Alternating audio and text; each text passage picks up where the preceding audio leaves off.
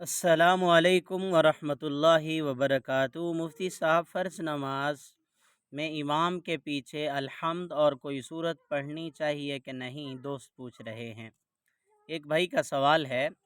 इस सवाल का जवाब ये है कि जब हम इमाम के पीछे नमाज पढ़ रहे हैं, चाहे हम सीरी नमाज पढ़ रहे हैं या जारी नमाज पढ़ रहे हैं। सीरी नमाज़ें वो जिसमें इमाम आहिस्ता किरात करता है, और जारी नमाज़ें वो हैं जिसमें इमाम बुलंद आवाज़ से किरात करता है।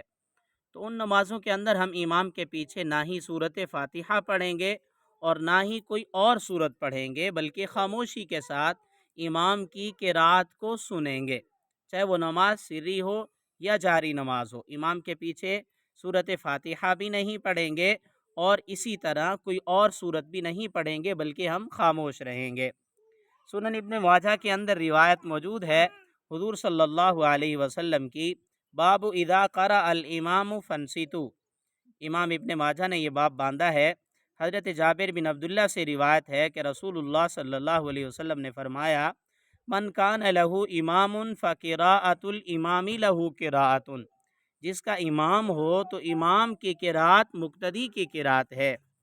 सही मुस्लिम की एक हदीस है, बाबु तशहद फ़ी सलात के अंदर इमाम मुस्लिम रहमतुल्लाह अलैह इस हदीस को लाए हैं। हज़रत अबू मूसा अशारी रज़ी अल्लाह ताला फरमाते हैं कि नबी अलैहिस्सलाम ने हमें नमाज का तरीक़ा सिखाया, और उसके अंदर रसूलुल्लाह सल्लल्लाहु अलैहि वसल्लम ने फरमाया, फ़इज़ा कब्बरा फ़कब्बिरू। जब वो तकबीर कहे तो तुम भी तकबीर कहो। व इज़ा क़रअ फ़ंसितू। जब वो किरात करे तुम खामोश रहो। ये सही मुस्लिम के अंदर हदीस मौजूद है।